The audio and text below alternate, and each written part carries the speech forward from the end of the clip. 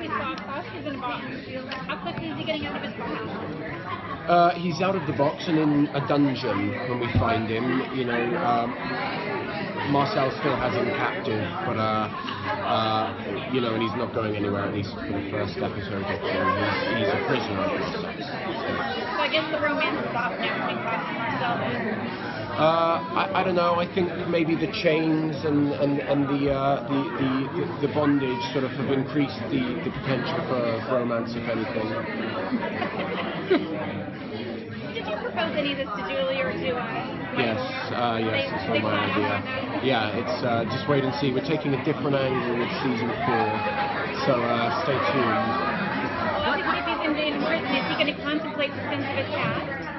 I think so. I mean, you know, I think in giving himself up as he did so bloody heroically for his family, he maybe atoned for some of the sins of his past, and hopefully there's a chance for redemption. What went through your mind when you read the finale script? Did you know what was coming?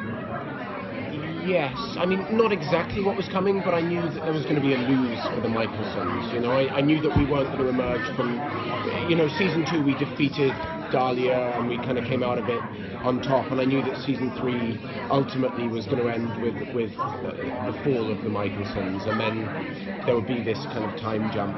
But I was really excited. You know, I love grandstanding, so the whole kind of trial sequence to me, reading those speeches and Claire coming back and everything was pretty exciting. How will Klaus react to missing 5 years of Hope's life? How do you think he's going to handle it? Probably angry, I would say. You know, I mean, the one thing he can hold in his heart, I guess, is that he kept her safe by doing that, you know. Which I think, I guess, a lot of fathers, you know, do things for the good of their children, but at the expense of their relationship with their children, perhaps. So I think that this is maybe just that on a grander scale. The interesting thing for me will be how Hope reacts to him when they finally meet again. You know, I'm really excited to shoot those scenes. I can't wait. What's kind of going on with all the siblings? I mean, again, they were kind of fragmented when we last saw them. Will there going to be a chance to put them back together? I hope so. I mean, I like to believe there's always a chance for the Michaelsons. You know, they have this philosophy of family above all, and so you know, I think there's always going to be a chance, but you know, there's always drama there as well. I don't know. It'd be interesting to see if we can get them all in one room. Yeah. There's always fireworks when that happens. Yeah, there is. Yeah. Will there be new characters in the season that Klaus be interacting with? The Klaus will be. That new characters. Yes. That Klaus will Interacting with. Yeah. Oh yeah, of course. You know, every season there's new characters that come in. You know, a friend of mine, Neil Jackson, just got cast as a character called Alistair, who's a vampire on the show. I haven't worked with him since 2002.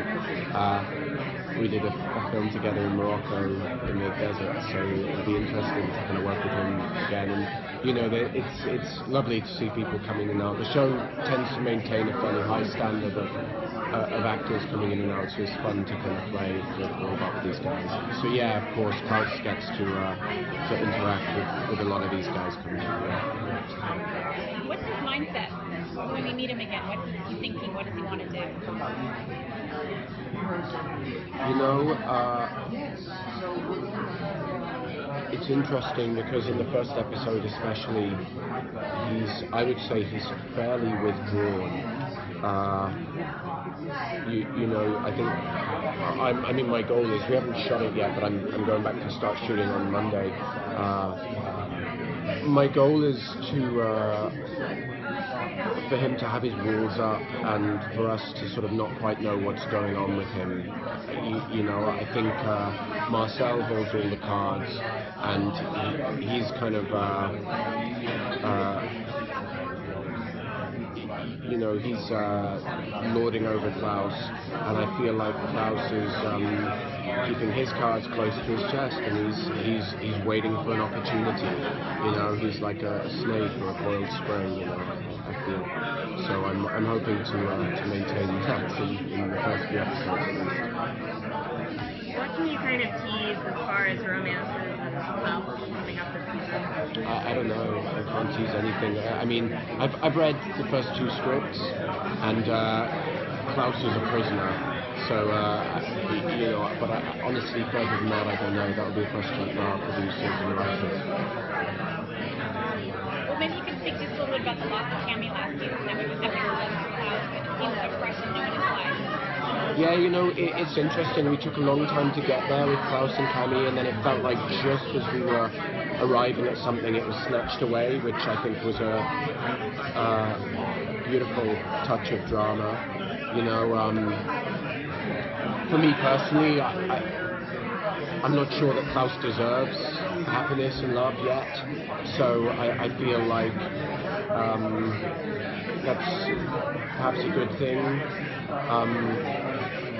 Also, I feel like in order for us to maintain a level of drama, there needs to be tragedy in the show, and so naturally the characters that we feel the most for and that our characters feel the most for should be killed off and taken away. We also want to maintain the level of threat, and you know, just like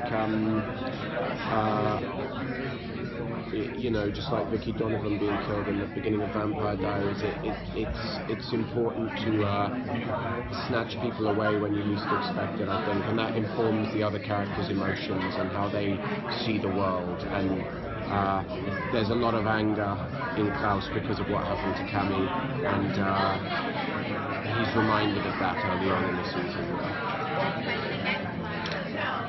How dangerous is Klaus? We've always considered him to be very dangerous, but if he's allowed himself to be given up this way, it seems like he's maybe toned it down a bit. You're going to find out in episode 1 how dangerous he is. Very. I'm going to leave it there. Thank you. Thank you so much.